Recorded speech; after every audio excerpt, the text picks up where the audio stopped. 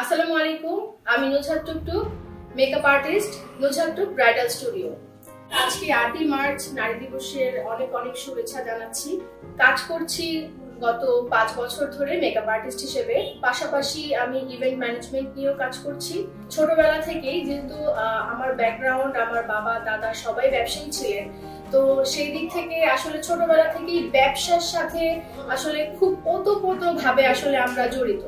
তো যতই বাসা থেকে মোটিভেটেড করা হোক না কেন, খুব বড় চাকরি করতে হবে বা ভালো কিছু করতে হবে, কিন্তু মনের মধ্যে ওই ব্যবসাটা কেন জানি সবসময় ছিল যে ব্যবসাটাই করতে হবে আসলে। তারপরেও আমি পড়াশোনা শেষ করে 3 বছরের জব এক্সপিরিয়েন্স নিয়ে আসলে মনে হলো যে না, জবটা আমার জন্য না, আমার জন্য আসলে বিজনেস। তো ছোটবেলা থেকে খুব সাজুগুজু নিয়ে কাজ করতে ভালো লাগতো, বিভিন্ন প্রোগ্রামে সবাইকে সাজিয়ে দিতে আসলে খুবই পছন্দ করতাম এবং নিজেও সাজতে পছন্দ করতাম। সেই সব মোটোটা নিয়ে আসলে আমার মেকআপ আর্টিস্ট হয়ে ওঠা। তারপর নিজে নিজে শিখেছি অ্যান্ড অন্য অনেক আর্টিস্টের কাছ থেকে শিখেছি, অনেক গণ্যমান্য আর্টিস্টের থেকে শিখেছি অ্যান্ড বিভিন্ন দেশ থেকে আসলে ডিপ্লোমাও করেছি। তো সবকিছু মিলিয়ে যেটা হয়েছে যে এই বিজনেসটাই আসলে প্যাশন হয়ে গিয়েছে, প্রয়োজন থেকে বেশি প্যাশন। তো প্যাশন আসলে সবসময়ই নিজেদেরকে বড় করতে অনেক বেশি হেল্প করে। সো আমার ক্ষেত্রে সেটাই হয়েছে। আমি আসলে বিজনেসটাকে বিজনেস মনে করি না, আসলে আমার ড্রিমটাকে প্যাশন হিসেবে নিয়ে কাজটা আসলে স্টার্ট করেছিলাম।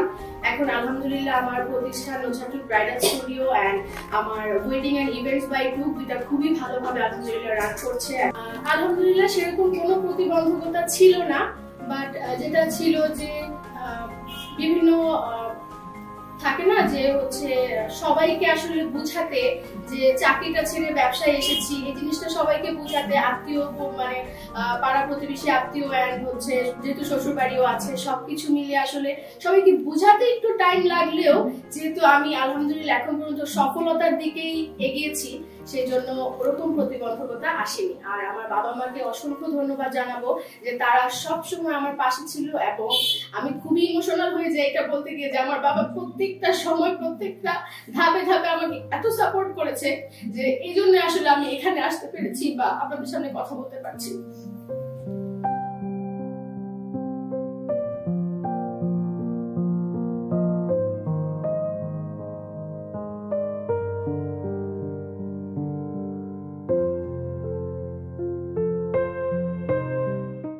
ভবিষ্যৎ পরিকল্পনা যদি আমাকে কেউ জিজ্ঞেস করে তাহলে অবশ্যই বলবো যে আমার নুজহাত টুক ব্রাইডাল স্টুডিওকে আরো অনেকগুলি শাখা এবং অনেক জায়গায় সেটাকে বিল্ড আপ করতে চাই আমি। অবশ্যই ঢাকা এবং যেহেতু আমার নরসিংদীতে আমার শ্বশুরবাড়ি আছে সেখানে, তো আমি আমার ড্রিমটাকে আরো বড় করতে চাই অবশ্যই।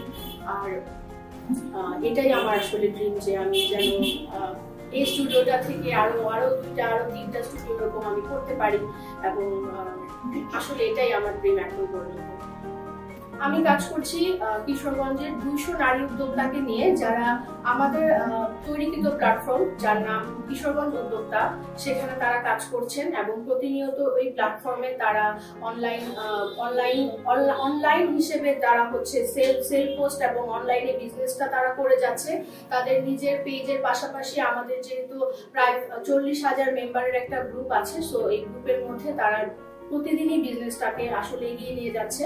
তারা আমাদের সাথে আমরা বিভিন্ন সেমিনার, বিভিন্ন ধরনের প্রোগ্রাম এবং বিভিন্ন ধরনের মেলার আয়োজন করে থাকি, যেটার মাধ্যমে আমরা তাদেরকে বিভিন্নভাবে আসলে হেল্প করার ট্রাই করি। পাশাপাশি আমি কিশোরগঞ্জ উইমেন্স চেম্বার অফ কমার্সের একজন ডিরেক্টর, তো সেই হিসেবেও আমরা অসহায় নারীদের সাথে আছি এবং আমরা তাদেরকে নিয়েও কাজ করে যাচ্ছি। তাদেরকে নিয়ে বিভিন্ন ধরনের কর্মসংস্থানের সুযোগ থেকে শুরু করে বিভিন্ন ধরনের প্রশিক্ষণ করানো এবং বিভিন্ন সেমিনার, বিভিন্ন ধরনের ট্রেনিং করানো থেকে ধরে সব ধরনের কাজ আসলে আমরা করে থাকি। এবং আমার যে পার্সোনাল আমার যে প্রতিষ্ঠান আছে নুজহাত টুক ব্রাইডাল স্টুডিও, সেখানেও 4 জন নারী আসলে আমাদের সাথে কাজ করছেন।